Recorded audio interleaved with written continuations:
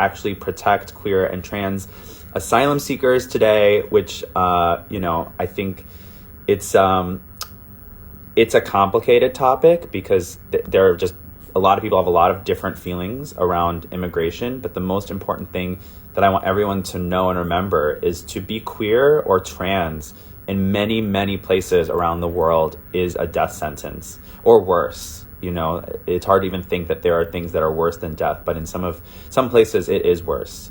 And we here in the United States, I'm so privileged and lucky to be able to live here, be as gay as I want to be on national television in women's clothing, without fear for my life. And for so many folks, that's just not the case. So I just want all of you guys, if you care about your queer trans siblings, if you're in New York today, come and rally with us. We're going to be honoring the memory of someone named Fabi Fredericks. She was an amazing trans woman who went through this horrible system, this horrible system that we put people who are seeking asylum, who are seeking a chance to live their lives here in the United States. And we have enough problems here in the United States, but think about this. There are still people who would risk their lives to come live here, who would risk anything to protect themselves. And we have to do everything we can to protect them. The Caribbean Equality Project is one of the amazing organizations that's putting this event together today. And if you can't donate, that's totally okay. I understand everyone who's here. I'm just appreciating you guys even listening to me. Come meet me at Foley Square today if you are in New York City. I'll try not to cry. It's hard when you think about these things. You think about how tough it is. I'm going to read a little bit here just so that you guys can kind of hear some more of the important talking points, but I wanted to just tell you guys how I'm feeling today. So this is a specific rally to put pressure on the Biden-Harris administration. We are calling upon Joe Biden and VP Kamala Harris to execute now, during this 100 days of office, to end the detention of Black, queer, and trans immigrants and to protect trans and queer Muslim migrants, to defund the police and begin the transition away from the police industrial complex of which so many people have become victims of, to decriminalize border crossing, abolish ICE, and free them all. ICE facilities are not great. And even under the Biden administration, they have still not gotten to where they need to be. We cannot do these things that are happening at the border right now. We also need to empower and provide access to healthcare for all LGBTQ plus immigrants through universal healthcare. The fact that there are so many undocumented folks who can't get or are scared to get a vaccine, are scared to get a COVID test. These are real issues that are happening right now that are costing people's lives. And we need to create a path to citizenship for those who are living here. We need to provide and prioritize education that uplifts the lives of trans women of color. Provide homes, resources, job opportunities, programs, and education around trans identities to challenge religious and hateful speech and not punish trans folks in the aftermath. We need to strengthen asylum laws so that LGBTQ plus migrants who are fleeing discrimination and violence can get refuge here in the United States.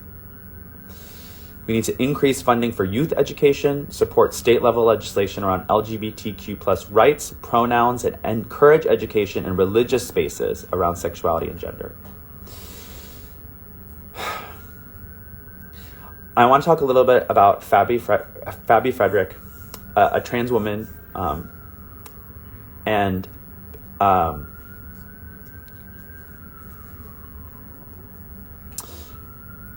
this is a trigger warning. This is a trigger warning for me, even reading this sentence before I say it out loud to you all. Today's rally will end in a vigil for Fabi Frederick, a trans woman who died by suicide just last week. After years of exploitation in Costa Rica, Fabi fled to America, only to face homelessness in Los Angeles. A year in an ICE detention camp, and then a global pandemic.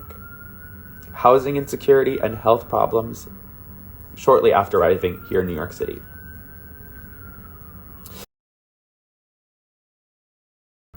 Despite all of these obstacles, Fabi remained hopeful and determined and managed to learn English, prepare for the high school equivalency exam, befriend many, and train as a chef.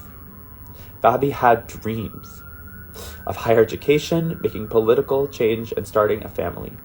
And tragically, after going through this brutal system that we have here in the United States, all of those dreams are cut short.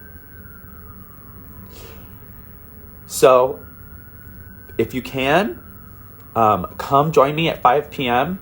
It's downtown, Foley Square. There's lots of amazing people who are coming out to support. You will feel protected. We will do everything we can to protect you. We will protect those who are undocumented. We will do everything we can. We chose Foley Square because it is close to the ICE headquarters here in New York City, and we will not be allowing them to interrupt us. We will do everything we can. But today is for Fabi. Today is for those who are chewed up through this system and spit out and can't make it through. So join me today. I will see you guys at 5 if you can. If you are a little bit late, we will be at Foley Square till approximately 5:45, 5:50, and then we will be marching. I will probably be going live a couple more times today, so you can follow along with us and where we'll be marching towards. Not to, give too much away here, but we'll be marching towards somewhere that's very important for us here in the queer community, right here in New York City downtown. So join us if you can. I thank you for everyone who's donated, by the way. I put this up as a donation more just to do whatever little bits that I can. May Fabi rest in power. May we do what we can for our queer trans siblings. May we do better. May we use whatever powers and privileges we have to make change. And that's what I had to say to you guys today. Thank you, Caribbean Equality Project. It's going to be an emotional day. I warn you that it will be a lot emotionally to handle. It will be triggering and re-traumatizing for some of us. So please take care of yourselves first. Certainly this is emotional for me. It's okay for those of you who can't donate. I appreciate you guys just listening to me. And to do what we can to protect our trans siblings, to get the Biden administration, again, I'm wearing his t-shirt today to remind him, I did everything I could to get him in office, and now I'm here to hold him accountable. Hold him and Kamala accountable. Kamala, like me, is a child of immigrants. And some of us who were lucky enough to make it through the system as immigrants need to now pay that forward and help those who are not so lucky, who are not able to move through this horrible, horrible system of ICE and detention camps and violence.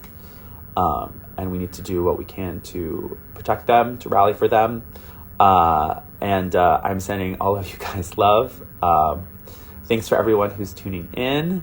I'm going to hop off now, and thank you guys so much. $220 is a lot of money. That's going to go towards actual people in our community who can't make any money right now, who can't, who are scared to even go get a COVID test. These are real things, who are scared to sign up for a vaccine, right? These are things that are happening in our community. And we need to do what we can to protect them. And so I will see you guys at 5, if you can come. And if not, please stay tuned. Share my flyer. I put it on I posted the flyer today, so share it if you can. If you have friends in New York City, if you want to share it to your stories, if you want to do anything, sharing costs you nothing, but it will help amplify our message, amplify our voices. And I will see you guys later.